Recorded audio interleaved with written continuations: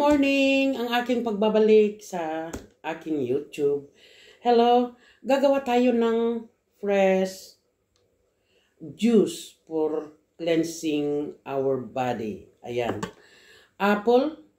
3 pirasong apple. Red apple. Hindi ko to babalatan. Aalisin ko lang yung yung seeds niya.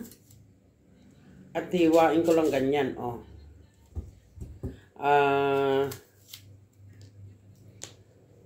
Ganyan lang naman pag-aalis ko. Ayan. Lilinisin lang natin konti. Ayan. 2 celery. Cucumber. Hinati ko na sa, sa gitna. At saka carrots. Oh, ayan. Kaya, hi, don't forget to subscribe naman ang aking ang aking channel. So gagawin na natin na i-juice na natin. Ito naman ang aking juicer. Ayan. Oh.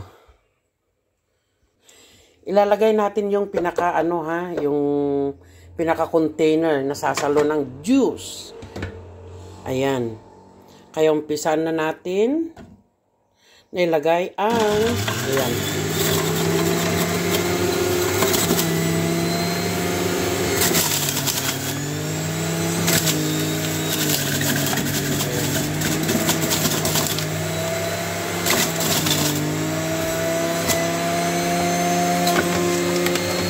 Ayaw bumaba.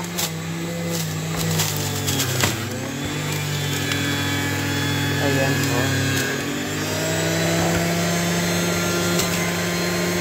Maganda ito guys, maganda.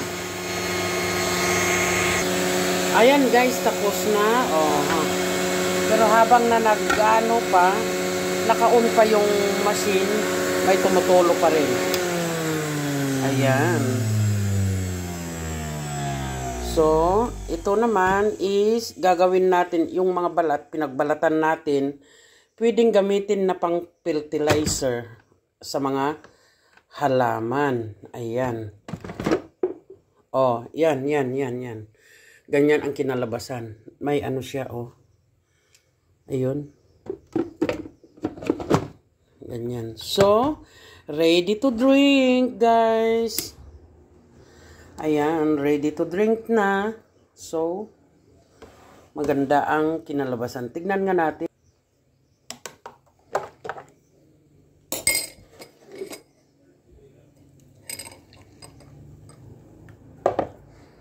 Ayan.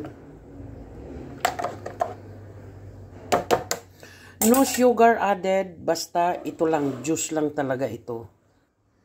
Ayan. Napakatamis guys. Sarap.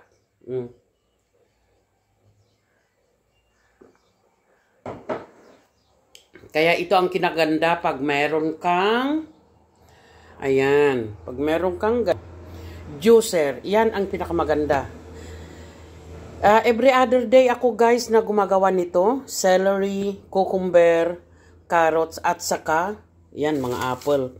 Meron pa sa kong singkamas pero masarap lang yan na lalagyan ng suka. Ito. Ang apple ito naman banana ko kinakain ko lang paggabi. Hindi na ako naglagay ng orange, dadalawa lang naman ang orange, so apple na lang. Okay, thank you for watching. Bye-bye.